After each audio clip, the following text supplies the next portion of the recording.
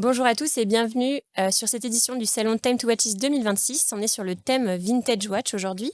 Je suis avec Arthur et Inès qui travaillent tous les deux chez 41 Watch à Genève, une marque spécialisée dans l'achat, la vente et la sélection de montres de luxe et de collection avec un positionnement fort sur les pièces iconiques et le vintage. 41 Watch existe depuis 2016.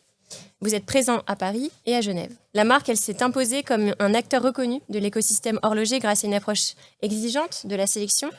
Chaque pièce est rigoureusement authentifiée, contrôlée en interne et s'accompagne d'un ensemble de services complets allant de la certification à la garantie en passant par le financement et le rachat. Vous vous adressez à la fois aux collectionneurs confirmés, aux nouveaux entrants, avec une volonté claire de rendre le marché plus lisible, plus transparent et plus structuré. Vous êtes donc au cœur du marché au quotidien, au contact des pièces comme des collectionneurs.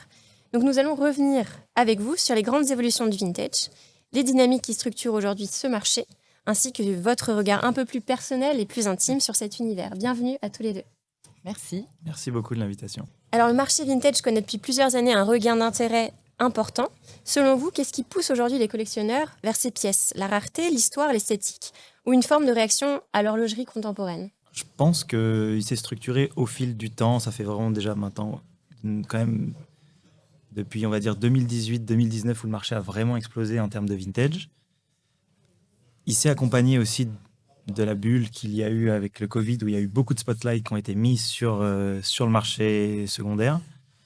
Je pense qu'après, il a été de plus en plus connu auprès de clients qui étaient peut-être que tournés vers du moderne et qui se sont tournés maintenant vers du vintage.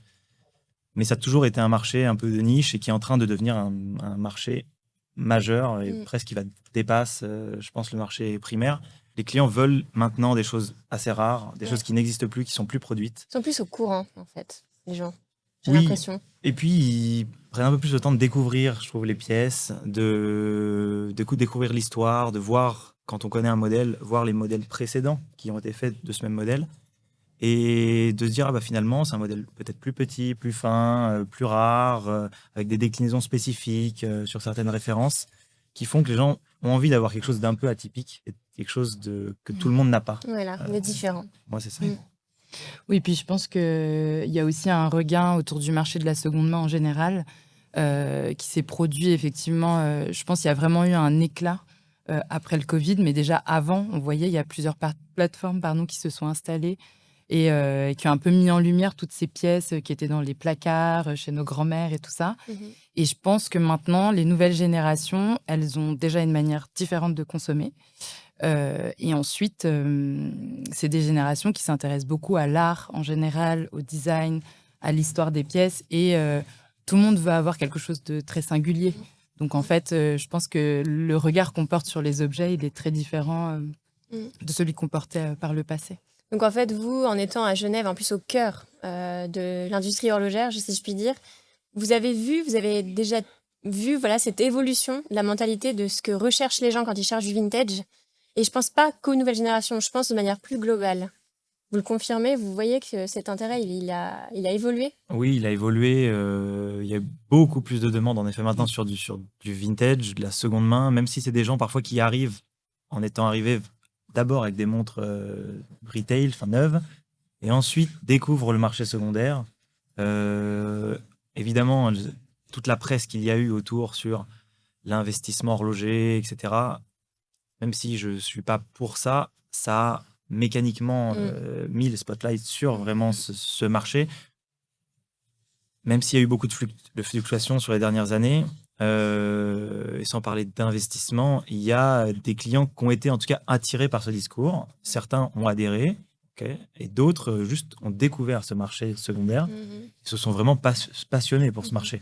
Donc, je pense que c'est un ensemble de plusieurs facteurs qui ont fait que le vintage est devenu maintenant, je pense, au centre, alors qu'avant, c'était soit qu'on voulait revendre sa montre ou quand des collectionneurs vraiment niche voulaient quelque chose en particulier. Alors, pour revenir un petit peu sur vos propres parcours, est-ce que vous pouvez nous raconter ce qui vous a amené à rejoindre 41 Watch tous les deux? Moi, je n'étais pas du tout dans l'horlogerie avant. J'ai fait l'école de la marine marchande pour devenir officier de marine marchande sur des porte-conteneurs. Et pendant les études, avec un très bon ami Thomas, on a décidé de lancer une marque de montres. C'est une marque de montres mono-aiguille. Et j'ai découvert à ce moment-là que j'avais en fait un attrait important pour la mécanique qu'on peut avoir à bord et avec les montres, et un rapport au temps qui est très particulier en mer et qui est aussi évidemment dans l'horlogerie. C'est fascinant. Et en fait, en faisant cette marque, l'idée est venue de me dire est-ce que j'irais pas dans l'horlogerie? Et c'est un métier qui est un des plus beaux au monde, la marine marchande, mais aussi qui est très difficile. Donc je me suis dit, bon, je vais peut-être pas faire ça toute ma vie. Et donc, est-ce que j'irais pas dans les montres? Et c'est là que j'ai découvert à ce moment-là les montres de seconde main. Parce que quand 2016, 2017, je connaissais pas forcément le marché, puis j'ai découvert ce marché et j'ai été vraiment beaucoup plus attiré par la seconde main que par le neuf. Je voulais pas être corneriste dans une marque. Et donc, je suis allé dans la seconde main. J'ai d'abord commencé à Paris. Après, j'ai rencontré les deux fondateurs, Cyril et Stéphane de 41 Watch. J'avais envie de partir de Paris.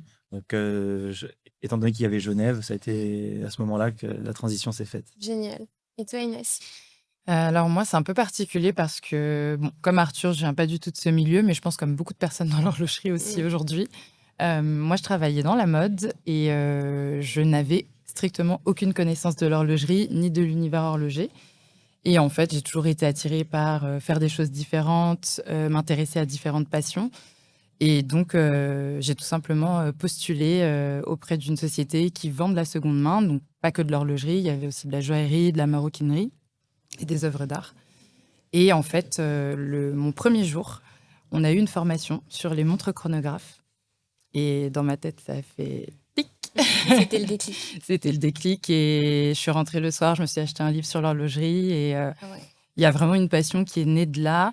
Alors, j'ai pas une passion pour les montres chronographes, mais vraiment sur le rapport au temps, sur tout ce qui est lié à l'artisanat.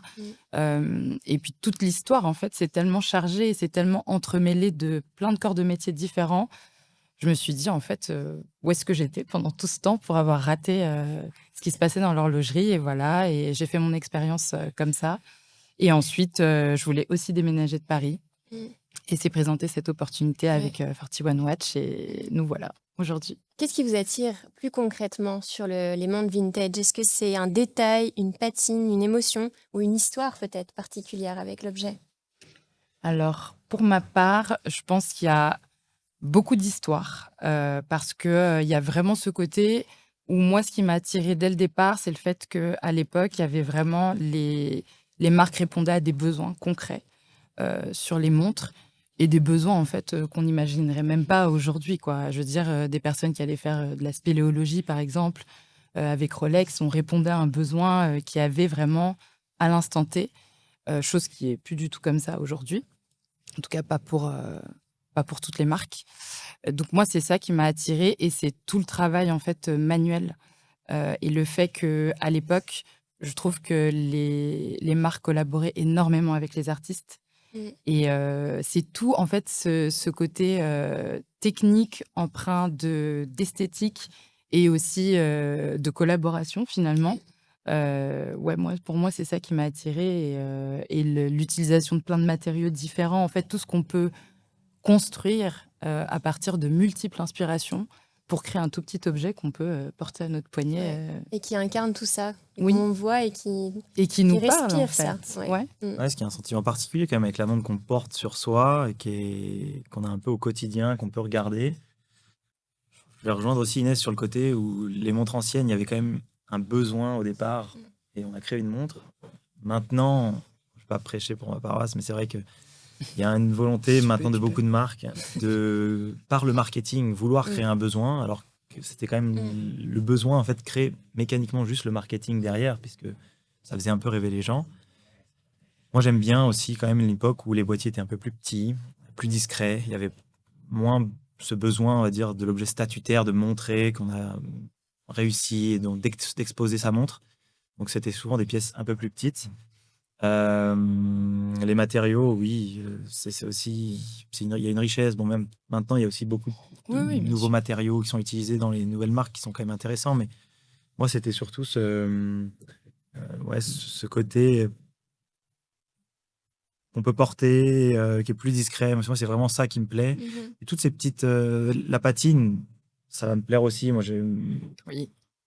Dans modeste collection des pièces qui sont assez patinées, comme on va dire, des cadrans abîmés pour certains. Mais voilà, moi j'aime beaucoup la trace du temps Ouais. sur la Oui. montre. Aussi, ouais. Ça, j'aime beaucoup. Et il y a un dernier aspect qui est, je trouve, une valeur sentimentale Oui. qu'on peut avoir avec cet objet, qui parfois, quand on a la chance si elle nous a été transmise par un proche, d'avoir quand même cette petite connexion qu'on a avec une personne. Je trouve qu'il y a peu d'objets finalement qu'on peut garder aussi proche de soi et d'avoir autant de Ouais. valeur dedans, Ouais, c'est Ouais. vrai. valeur sentimentale. Ouais, je suis assez d'accord. Alors, au-delà de la montre elle-même, finalement, c'est un univers qui est aussi une histoire de relations humaines et de collectionneurs, dans un marché qui est de plus en plus structuré autour de la confiance et de la transparence, finalement. Donc, je pense que vous bénéficiez aussi de ce besoin actuel qui est de on veut des histoires et on veut qu'elles soient vraies. Mm. Je sais pas si vous avez des anecdotes comme ça, des moments avec vos clients qui ont été particulièrement touchants. Il y en Moi, a j'imagine plein. qu'il y en a plein. Il va Il y en falloir a en choisir vraiment un plein. ou deux comme Il y en ça. a plein. Je pense peut-être on peut parler du client qui était venu déposer une ellipse, qui tenait de... Tu te souviens? De son père à Oui, Genève? oui, à Genève, oui. De son... Non, je vois pas laquelle. De son père peut-être Oui, de son père, et puis qui était vraiment complètement neuve et qui, Ah oui, je oui, crois, si je me souviens bien, en tout cas, vendait à contre-cœur, clairement, par besoin, quoi. oui, oui. Mais comme ça arrive très souvent sur le marché de la seconde main, en fait, il y a aussi ça qui est beau dans les choses qu'on peut partager, c'est déjà la confiance que les gens nous accordent, confiance en l'expertise qu'on peut avoir, confiance en nos compétences et notre regard aussi sur la manière dont on va vendre et mettre en valeur leurs pièces. Ça, enfin, sans confiance, on fait strictement rien, je pense. Mais il y a aussi, voilà, du fait de cette confiance, mais toutes les conversations qui naissent et puis toutes ces histoires, que ce soit un cadeau de mariage. Il y a des histoires tristes aussi, évidemment, mais il y a toujours une histoire et il y a toujours une raison, en tout cas, je trouve, dans la partie vintage. Si on oublie le côté je veux faire un investissement ou gagner de l'argent, principalement, nous, on a plus des histoires de personnes qui se séparent parce qu'il s'est passé quelque chose dans leur vie ou parce qu'ils ont envie de passer à autre chose, en fait, et créer une nouvelle étape, quoi.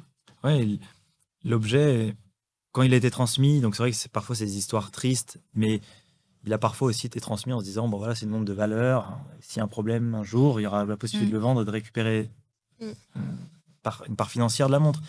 Donc parfois, en effet, c'est des moments tristes, mais après, souvent, les gens se disent, c'est aussi un moyen de la remettre sur le marché, et que quelqu'un d'autre en reprofite et recrée une histoire avec. Après, il y a aussi plein de beaux moments, évidemment, des moments comme c'est un objet qui peut être souvent offert pour des anniversaires ou des mariages. Il est forcément vecteur de plein d'émotions. Oui, Exactement, puis il y a récemment. toute la partie recherche. Enfin, quand les personnes tiennent à faire un cadeau, il y a vraiment toute cette partie où ils y mettent de l'intention. Enfin, on a beaucoup d'informations à process pour justement gérer en fait la recherche autour de la pièce. Et après, bon, il y a aussi des histoires un peu plus Je pense simples, quoi. récemment, on a eu un couple d'Américains qui aimaient beaucoup l'horlogerie et leur lune de miel, c'était à Genève. Donc, c'est pas forcément la destination auquel on va penser. Mais ils venaient vraiment parce que ça l'est, mais pour eux, c'était vraiment le temple, la mecque de l'horlogerie. Ils ont fait une visite du musée Patek Philippe. Ensuite, ils sont venus acheter une ellipse Patek Philippe. Et à ce moment-là, il n'y avait pas besoin de faire grand-chose, entre guillemets, mais juste c'était beau d'observer aussi ce moment où eux, à travers cette montre, ça symbolisait aussi leur mariage. Et c'était un beau moment, parce que c'est chouette d'être quand même, de Mais participer à ce moment-là. Alors, je sais qu'au-delà de l'horlogerie, vous êtes aussi sensible à d'autres univers comme la mode, l'art, le design. Est-ce que cette culture élargie influence aussi votre manière de raconter les histoires des montres? Oui, je pense clairement. Oui. Je pense que je peux parler pour tous les deux quand je dis qu'on a tous les deux énormément d'affect dans les pièces qu'on choisit. Alors oui, c'est sûr, il faut quand même suivre un marché et puis rester cohérent par rapport à ce qu'on propose parce qu'on dépend d'une marque et que on croit en cette marque et on respecte aussi la vision de cette marque. Mais en ce qui nous concerne à Genève, on a quand même une sélection bien différente de ce qui peut se faire à Paris. Et on se permet sur la partie vintage, puisqu'on ne vend pas que du vintage, on vend aussi des montres de seconde main modernes à complications. Mais sur la partie vintage, on se permet d'y mettre un peu plus nos influences personnelles. Effectivement, je pense qu'on a tous les 2 un attrait pour le design, pour les belles matières, les choses qui sont très bien finies, des choses très marquées en termes graphiques aussi. Mm. Pas des choses très complexes, en fait, visuellement, Mais qui ont mais de la des choses, personnalité. qui ont de la personnalité, qui vont être plutôt minimalistes, je dirais, mais qui vont être efficaces et durer dans le temps, où on peut s'y reconnaître, que ce soit quelqu'un, de, 50 ans ou quelqu'un de 25 ans. Mhm. Il faut que tous les profils puissent, s'entremêler au milieu de ça et donc clairement, il y a nos personnalités, je pense, voilà, moi, j'ai un attrait pour la mode, qui se voit, je pense, de par, ce que j'expose, physiquement dans ma manière de m'habiller, et puis aussi dans mes interactions avec les personnes et dans les pièces que moi je porte aussi, parce que ça fait partie du job aussi, hein. Les clients nous demandent aussi, ce que nous on porte et puis quand c'est mis en lumière par quelqu'un qui a peut-être, des goûts plus affirmés, bah, ça ouvre un champ des possibles qui est complètement différent. Donc on peut pas détacher, je pense, ce qu'on aime. En tout cas, quand on fait du vintage, je pense qu'on a tous un parti pris, que ce soit nous ou tous les autres marchands, qu'on connaît. On a tous notre personnalité un petit peu, dans les montres qu'on Ouais. propose. Ouais. Je pense que tu es d'accord, non? Oui, oui, je suis d'accord. Je te rejoins sur les belles matières, le produit bien fini, bien fait, qui peut rejoindre du design, des choses comme ça, des choses qui sont faites pour durer. Mm. euh, C'est inscrit dans une histoire aussi. ouais, Oui, qui oui. sont assez intemporelles. J'aime bien la montre qui va pas suivre une mode ou une tendance, mais qui va vraiment être fait pour durer. C'est assez important, je trouve. C'est un objet qui coûte cher, donc je trouve quand il arrive à réunir tous ces éléments, notamment de qualité et d'intemporalité, je pense que c'est gagné. Après, il y a aussi ce côté, pour l'horlogerie, que moi je trouve extrêmement important, c'est que la montre soit confortable et qu'elle Mhm. soit lisible. Ouais. Oui. Et je dis aux clients souvent, essayez la montre, portez-la, on va déjeuner, voilà, portez-la quelques heures et qu'est-ce que vous en pensez? Est-ce que c'est confortable? Une montre qui n'est pas confortable et avec laquelle on a du mal à lire l'heure, malheureusement c'est le cas de Elle beaucoup de sera pas montres, portée. Oui. elle ne sera pas portée, elle sera mise de côté, etc. Et quand on l'oublie et qu'elle est très confortable et qu'on arrive à lire l'heure, c'est bête de dire ça, mais c'est presque la base Ah oui. de la montre, Oui. poignet, la montre bracelet, pardon, portée au poignet. Je pense que la montre, elle a tout gagné à ce moment-là. Après, en effet, il y a des histoires de proportions, de design qui viennent un peu avec le temps. Je pense plus on voit de montres, plus on arrive à Oui. notre œil à se faire sur du design, sur des proportions, sur de la finesse, sur des choses comme ça, qui vient avec le temps. Oui, Mais à force de voir des montres. oui, à Ouais, force ouais. de voir des montres, bien sûr, on a la Mm. chance d'être. Nous, on voit beaucoup, mais les clients qui viennent acheter aussi du vintage, il y a quelques clients, mais c'est pas la majorité qui vont acheter comme ça, sans jamais regarder, sans s'intéresser. Ils vont prendre le temps, essayer de regarder ce qui se faisait avant, comment c'était fait, comparer, essayer, regarder chez différents marchands, Mm. pour se faire leur œil Ouais. et se dire, ah bah, c'est vraiment celle-ci que je veux, pas celle d'avant, pas celle d'après. Et tout ce travail, il est intéressant. Il est intéressant de les accompagner aussi, les clients, en ce moment-là, et de leur répondre à leurs questions légitimes sur toute la transparence qui peut être faite, Mhm. en effet, sur le marché, qui parfois est un peu shady, un peu flou, un peu. Et je pense que ce marché a encore besoin, on a toujours besoin de D'être ce mis en genre de lumière. transparence, d'être Ouais. mis en lumière. Ouais, de transparence, ouais. Ouais. Alors, vous avez un très beau showroom à Genève. J'ai eu la chance de le découvrir. Merci. Mais je sais que vous exposez pas que des montres, justement, dans le showroom. Il y avait un bel espace qui permet de faire dialoguer aussi. Oui. Est-ce que vous pouvez m'en dire davantage, justement? Est-ce que vous avez le choix aussi de présenter d'autres choses et Oui. d'autres talents? Oui, oui. Alors justement, mon rôle, c'est un petit peu aussi de faire. Donc moi, mon rôle, c'est de faire la partie digitale, les photos, les réseaux sociaux et les événements. Et c'est là que ça devient intéressant, puisqu'en fait, on a toujours voulu que le showroom soit un lieu de vie Mm. et pas juste une boutique. C'est pour ça que c'est pas aseptisé, que c'est un côté très. C'est clairement dans un appartement. Et c'est un côté, on veut que les gens se sentent assez à l'aise pour se sentir un peu chez eux, mais qui est quand même le côté professionnel.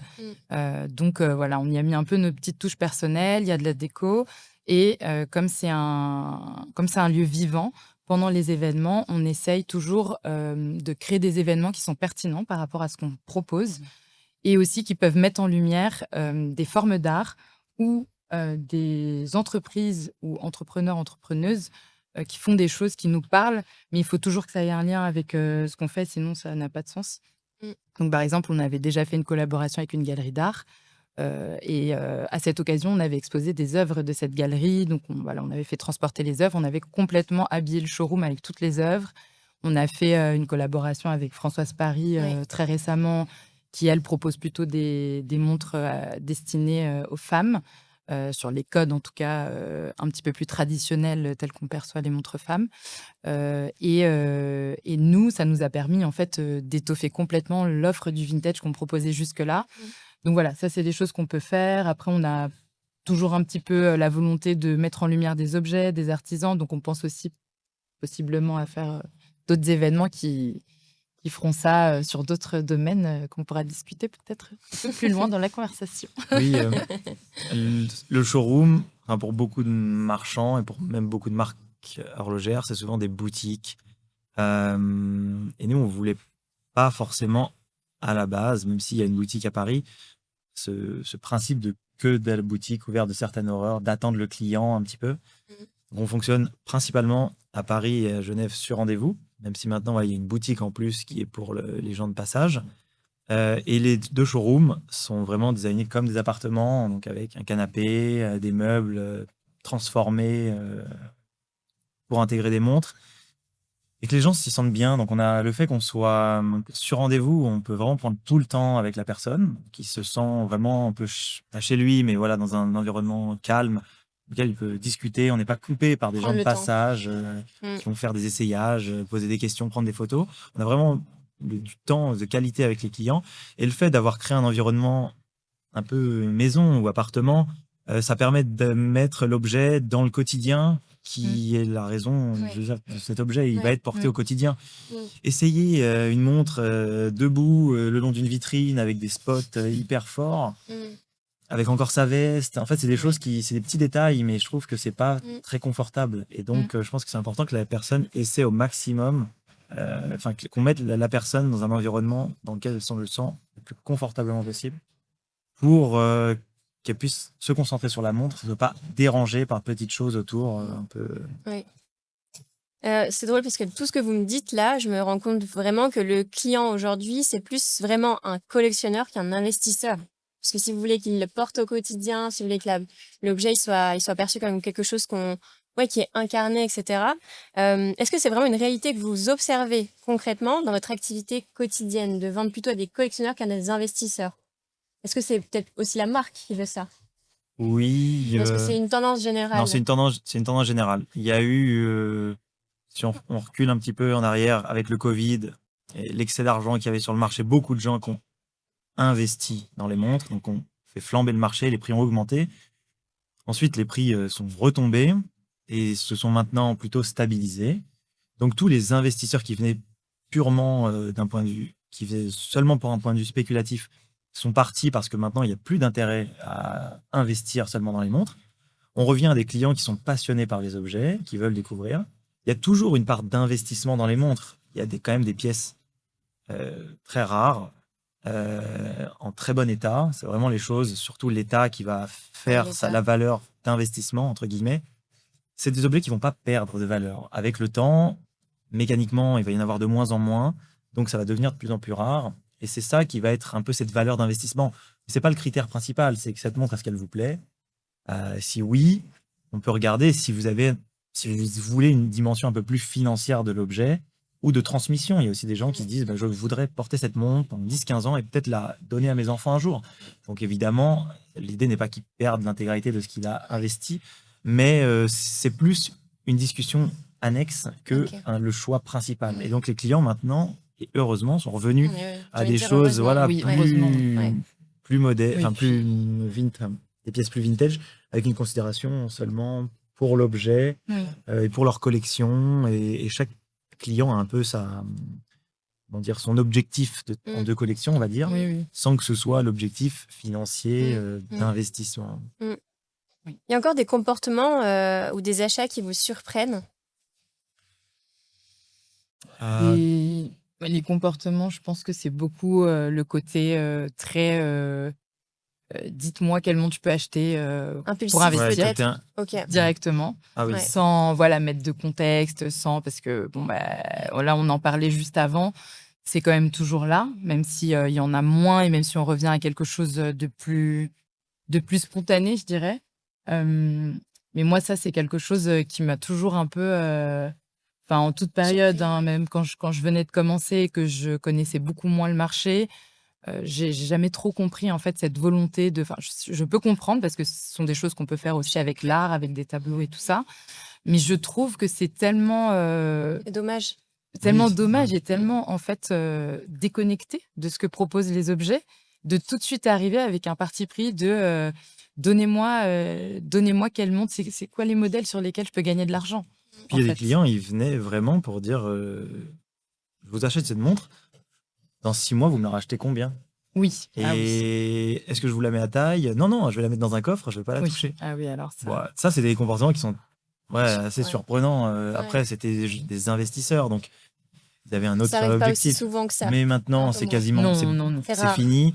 c'est Maintenant, c'est beaucoup beaucoup moins qu'avant. plus des choses impulsives où on Mm. s'y attend pas et la personne Elle a un coup de vient cœur. pour une montre et a un coup de cœur sur autre chose, la prend instantanément et vraiment un truc un peu Et physiologique qui se ça arrive, passe. ça, justement, vous communiquez sur les montres que vous avez et des gens qui, comme ça, vous disent waouh, celle-ci. Ouais. Oui, alors là, il y a clairement un regain sur tout ce qui est montre de forme, comme on Oui. le sait. Ouais, ouais. Et c'est vrai que nous, on en avait un peu moins. Là, on a commencé un petit peu à en sourcer davantage, mais toujours dans la même volonté de ce qu'on a Mm. expliqué au départ.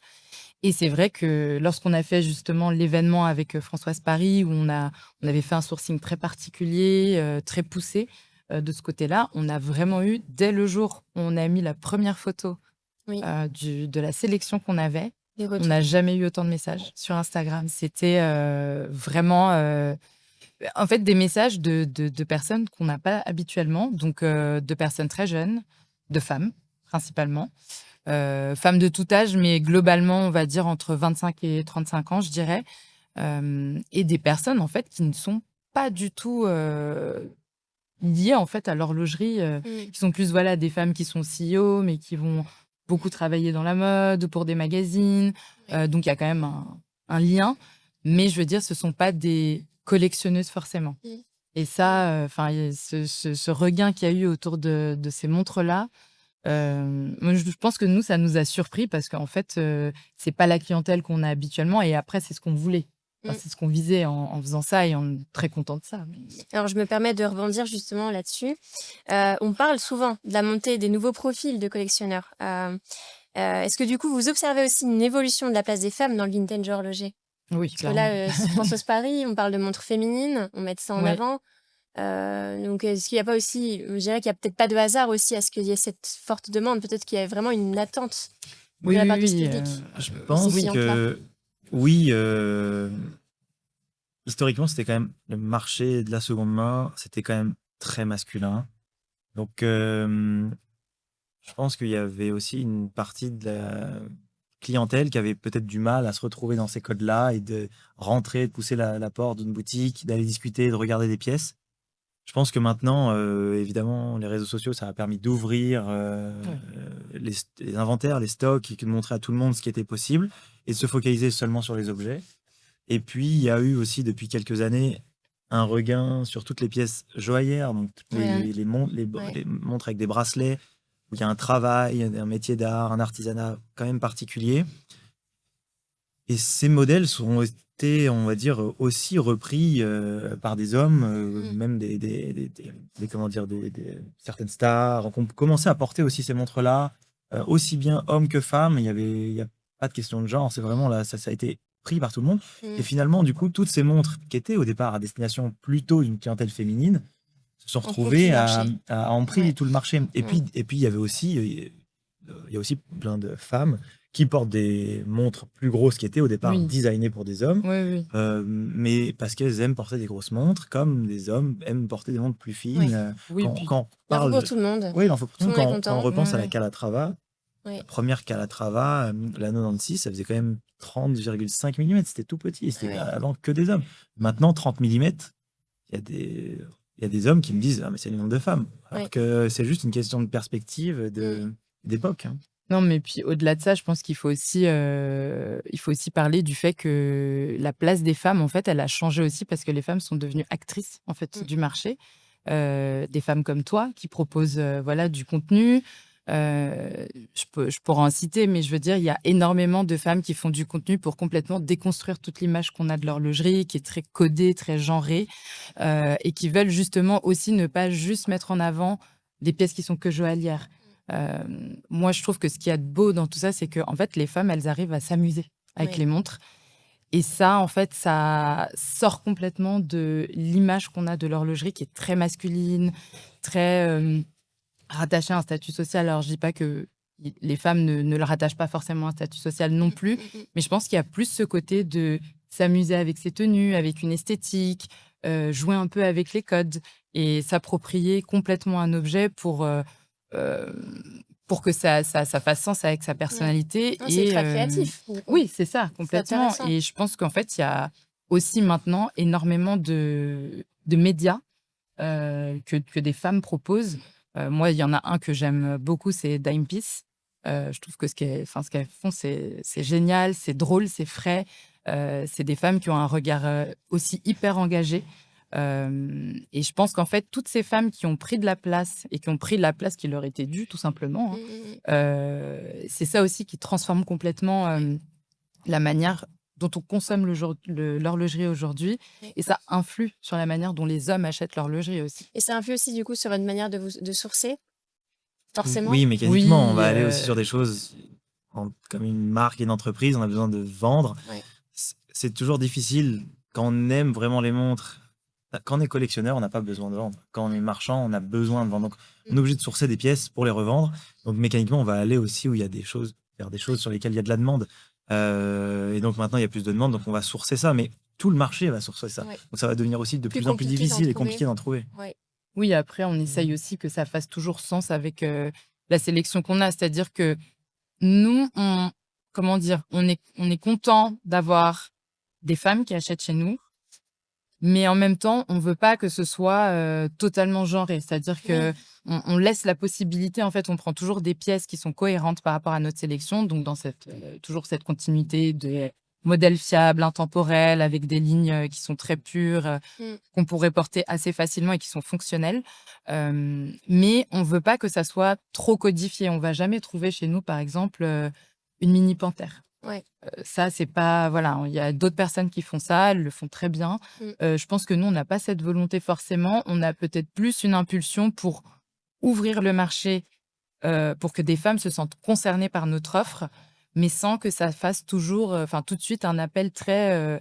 Voilà, on a des montres de femmes, quoi. Oui, ouais. Et puis moi, d'ailleurs, suggérez. j'aime pas ce terme, Ouais. en fait, Vous de montre de suggérez dame. et quiconque le souhaite adhère. Voilà, en c'est ça. fait. Je Ok. pense que maintenant, c'est ça qui est intéressant dans le vintage, c'est qu'en fait, il y a moins de... C'est moins genré, je trouve, que ce qu'on peut proposer dans le retail, où ça va tout de suite être, il y a une collection comme ça, avec des proportions un peu plus grosses, un petit peu plus fortes, ça va être plus anguleux, des choses comme ça.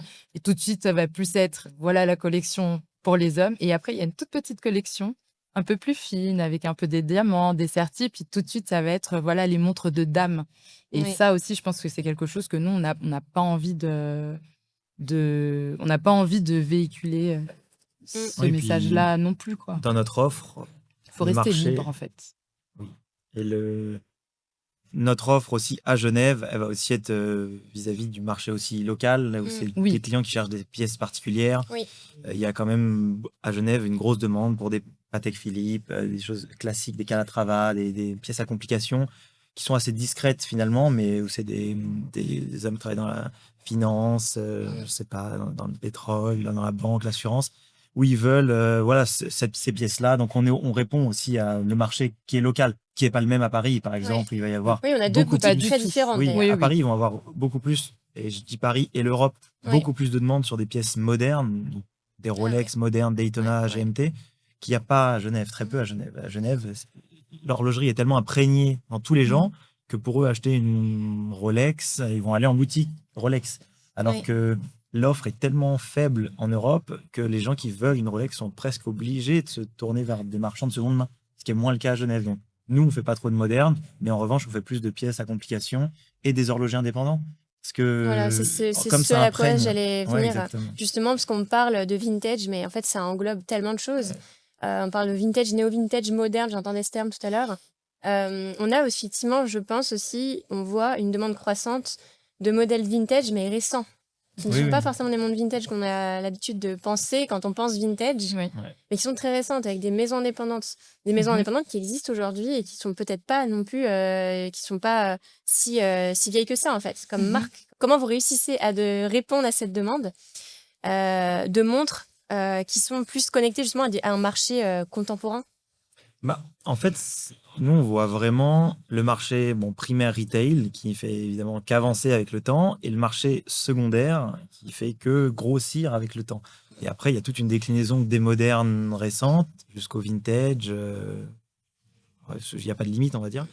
Mais c'est surtout que la montre, le marché, il se structure gentiment, mais les montres, une fois qu'on les a achetées en boutique et qu'on veut en acheter une autre ou qu'on veut changer, on ne veut pas retourner dans la boutique, on ne veut pas retourner chez la marque. Donc, on se tourne vers le marché secondaire. Ouais. Et donc, mécaniquement, même des gens qui ont acheté des pièces modernes chez des horlogers indépendants qui, au bout de 1 an, 2 ans, 3 ans, veulent changer, ils se tournent vers le marché Voilà. secondaire. Ouais. Après, en effet, le moderne, c'est particulier parce que ce que j'appelle le moderne, c'est les pièces qui sont introuvables en boutique. Enfin, la liste d'attente est très longue. Et donc, quand quelqu'un l'a, ben, il va faire une plus-value en la revendant tout de suite. Donc, c'est un marché secondaire, mais c'est un marché un peu spéculatif. Donc, ça fait partie du marché secondaire qui, nous intéresse moins à Genève, mais à Paris, qui fonctionne beaucoup. Mm. Mais les horlogers indépendants et le reste, on va dire, de l'horlogerie, c'est quand même des marques. Souvent, il y a une décote par rapport au prix du neuf. Et après, ça prend un prix de marché qui, lui, va fluctuer dans le temps. Et la montre peut avoir 10, 15 ou 50 ans et son prix, il va être peut-être bas, il va remonter et va fluctuer avec le temps. Il va être pas décorrélé du prix du neuf, mais en tout cas, il va être beaucoup plus libre. Alors, autre question maintenant, qu'est-ce qui fait selon vous une bonne montre vintage d'un point de vue professionnel? Et comment l'expliquez-vous, cette valeur, aux clients? Très bonne question. Alors, moi, de mon point de vue, du temps où je vendais les montres, puisque je ne fais plus ça, moi, c'était vraiment le côté, une bonne montre vintage, pour moi, c'est une montre avec laquelle on peut se voir dans quasiment tous les contextes. Une montre qui est fiable dans le temps, qui a une bonne mécanique, qui a des lignes qui permettent de pouvoir bouger facilement. Donc, je dirais oui, quelque chose qui soit utilitaire, fiable, qui dure dans le temps. Et puis après, bon, il y a toujours un peu le côté, il faut que ça soit étanche. Moi, je suis pas trop à cheval là-dessus parce que je pars du principe que peu de gens se baignent quand même avec leur montre, même s'il y en a qui le font. Mais je pense qu'il faut qu'il y ait vraiment ce côté fiabilité, facilité de porter et se voir en fait dans le temps avec. Parce que je pense que, enfin, c'est d'expérience que je le dis, mais beaucoup de personnes font l'erreur aussi d'avoir des achats coup de cœur, ce qui est tout à fait normal. Mais ce qui est dommage, parce que parfois, en fait, on s'imagine porter une montre très longtemps. Et parfois, on fait l'erreur de prendre une montre très atypique. Par exemple, il y a vraiment eu cet coup de cœur effet style, voilà, où il y ouais. avait les Rolex, tout le monde voulait des cadrans de couleur pour sa première montre Rolex. Ce que je trouve très dommage, parce que Rolex, pour moi, ça fait partie de ce qu'il y a de plus fiable. Et une Rolex, surtout si c'est la première, il faut que ça soit une Rolex classique avec laquelle on peut se voir en soirée, on peut se voir quand on a 60 ans, on peut se voir quand on est en affaires, quand on est en dîner d'amoureux. Enfin voilà, c'est. Donc je pense que oui, pour moi, une bonne montre, pardon, vintage, c'est une montre en fait avec laquelle on se projette. Mm. Hum, Ouais, Bon, en plus de l'esthétique quand même. oui, non, je reviens à ce que je disais au Mais début, bon. c'est faut qu'elle soit confortable et si une montre de base, elle est confortable, bah, dans le vintage, elle va rester confortable et on va la porter beaucoup. Les matériaux, c'est important. Il y a dans les montres anciennes, il y a aussi beaucoup de montres de mauvaise qualité ou qui étaient des boîtiers chromés ou des matériaux un peu moins résistants. Donc, je pense que c'est important qu'elle puisse durer dans le temps, qu'elle ait des matériaux de qualité et qu'elle soit confortable. Après, le design, ça peut être subjectif. Oui. Mais pour moi, si c'est intemporel et que c'est confortable, il n'y a pas de raison qu'on n'ait plus envie de la porter. Oui. Et pour moi, c'est des critères qui sont très importants. Alors, pour conclure, derrière chaque montre, il y a des histoires humaines fortes, on l'a compris. Est-ce que vous pourriez partager un moment marquant qui a renforcé votre rapport à ce métier? Bon, des histoires, il y en a beaucoup. Il y en a vraiment beaucoup. Je pense qu'il y en a une que j'ai déjà citée, c'est quand j'ai eu ma première formation et que je suis tombée amoureuse de l'horlogerie. Mais je pense que la deuxième, c'est certainement quand je me suis acheté ma première montre. Parce que c'est une montre Je que crois qu'on s'en souvient j'avais tous. Ouais. vendue. Oui, je pense que c'est Ouais. vraiment le souvenir Mm. qu'on portera tous en nous à chaque fois, peu importe la raison pour laquelle on l'a acheté d'ailleurs. Mais c'était une montre que j'avais vendue en fait à la base à un couple pour un événement important de leur vie. Et je dois dire que c'est la première montre que j'ai vendue à contre-cœur, tout en sachant que je n'avais absolument pas les moyens de me l'offrir. Et en fait, le destin a fait que cette montre est revenue. Tout simplement parce qu'ils avaient complètement changé d'avis. Elle a été rappelée. Ils nous l'ont rendue. Et en fait, il me semble aussi qu'elle était tombée un peu en panne, enfin qu'elle avait pris du retard. Donc ça les avait un peu contrariés. Elle est revenue et en fait, à ce moment-là, je me suis dit, Pas de hasard. il faut que je la porte. Je Oui. l'ai portée pendant une semaine au travail et en fait, je sentais même plus que j'avais une montre au poignet, quoi. Et c'est une montre qui est très particulière. Elle a une configuration que je n'ai plus jamais vue nulle part. Et c'est une Rolex. Ouais, est-ce Voilà. que j'ose demander? Voilà, C'est le une Rolex modèle. Ouais. Datejust avec un cadran gris anthracite, mais qui a une configuration au niveau du cadran et du bracelet qui est pas souvent vue par rapport à sa référence. Donc voilà, c'est Fantastique, elle est unique. oui, elle est vraiment Une Rolex unique. unique. Et j'ai eu la chance de rencontrer la personne qui nous l'a vendue également. Et c'est ça aussi qui donne beaucoup plus de corps à l'histoire de cette montre que je pense je ne vendrai Ouais. jamais de ma vie. Ouais. Et c'est une montre que j'adore et que je recommande beaucoup à beaucoup de personnes, parce que la Datejust, pour moi, c'est la pièce qu'on doit avoir dans sa collection. Et toi, Arthur? Moi, ça c'est peut-être pas de moment particulier, un seul moment, mais c'est plus la somme des moments où on a vraiment échangé sans filtre avec les clients sur l'objet. Ils venaient pour peut-être différentes raisons, mais ils étaient vraiment passionnés par l'objet. Il y avait vraiment une discussion passionnée, entre guillemets, sur le design, sur comparer, sur porter. Et parfois, même sans se parler, ils l'essayaient tranquille. Et tous ces moments, je me disais, ah, j'ai de la chance quand même de faire ce métier et de pouvoir partager tous ces moments avec les clients. Et c'est ça qui redonne envie, je trouve, à chaque fois, de trouver une nouvelle pièce. Il y a tout ce process de... Moi, tout ce qui, au quotidien, m'anime, c'est tout le côté expertise, d'aller chercher, de comprendre pourquoi. Est-ce que cette montre, elle est bien d'origine, pas d'origine, toute cette démarche qu'il y a avant. Ensuite, il y a tout le travail de chasse, parfois, d'aller chercher des montres, de voyager pour trouver la pièce, ou juste de tomber pendant un voyage sur une pièce vraiment rare, l'acheter. Je pense prendre le risque de l'acheter, de la prendre, et ensuite de trouver un client qui va vouloir cette pièce pour les mêmes raisons qui nous a fait la choisir. Et c'est même pas une question de prix, je vous fais une offre plus basse, etc. Non, c'est vraiment, il a aimé l'objet.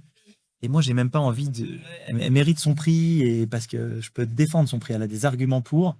Et quand on arrive à se mettre d'accord avec le client et à discuter de l'objet, on est d'accord avec l'objet. Et en fait, le prix, ça arrive après, on va discuter. Mais toute cette dimension, quand elle est vraiment passionnée autour de l'objet, c'est ça qui, moi, toutes ces petites choses, on va dire, au quotidien, je trouve vraiment génial dans notre métier quand même. Oui, et puis d'ailleurs, c'est pas que avec les clients. En fait, c'est aussi les personnes qu'on rencontre qui font le même métier que nous.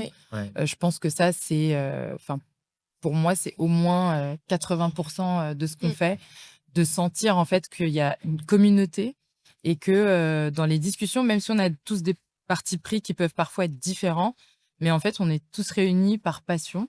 Oui, oui, c'est vrai. Et aussi parce qu'on a plus ou moins, je pense, on partage la même vision du vintage, la même vision du marché. On partage aussi les mêmes, je dirais, intérêts extérieurs au niveau de l'art, du design et tout ça.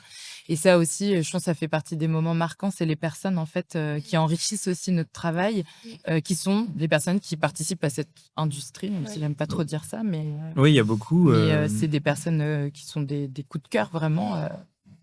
humain, quoi. Je pense, sans trop me tromper, dire qu'il y a dans le marché secondaire, les gens qui font ce marché sont, je pense, je prends des pincettes, plus passionnés par l'horlogerie en tant que telle que dans le marché primaire qui peut être dans des grandes entreprises. Des gens qui vont travailler dans une grande entreprise, ils pourraient faire le même travail dans une autre grande entreprise Oui. et qui sont parfois finalement déconnectés du produit en lui-même et vraiment de ce que les clients veulent parce que ces clients, ils viennent par passion acheter une montre. Et en fait, si on n'a pas cette connexion passionnée, je pense, avec l'objet, on passe parfois à côté de quelque chose. Donc, je pense que on rend compte, en effet, beaucoup d'autres marchands comme nous qui sont aussi passionnés. Donc, c'est chouette parce qu'on voyage ensemble, on passe des moments ensemble. On achète des montres entre nous parce qu'il a trouvé une pièce que moi je veux. Donc, tous ces moments-là sont vraiment chouettes. Et puis, il y a quand même une part aussi de clients qu'on rencontre qui deviennent aussi des amis, qu'on revoit plusieurs fois, qu'on retrouve dans d'autres contextes et qu'on prend plaisir à les voir et parler d'autres choses et pas de montres. Et c'est devenu, ça a été l'horlogerie, le premier vecteur. Mais en fait, après, c'est devenu des amis. Ouais, exactement. Finalement, ce qu'on apprécie dans le vintage, c'est l'ensemble des liens tissés, en fait. Oui. Merci beaucoup Inès, merci Arthur pour cet échange. C'était très enrichissant d'avoir votre regard à la fois professionnel et puis un petit peu plus personnel sur ce marché en pleine évolution. Merci également à vous tous de nous avoir suivis au salon Time to Watches 2026. À très bientôt pour d'autres conversations autour de l'horlogerie. Merci beaucoup. Merci à toi pour l'invitation. Merci beaucoup.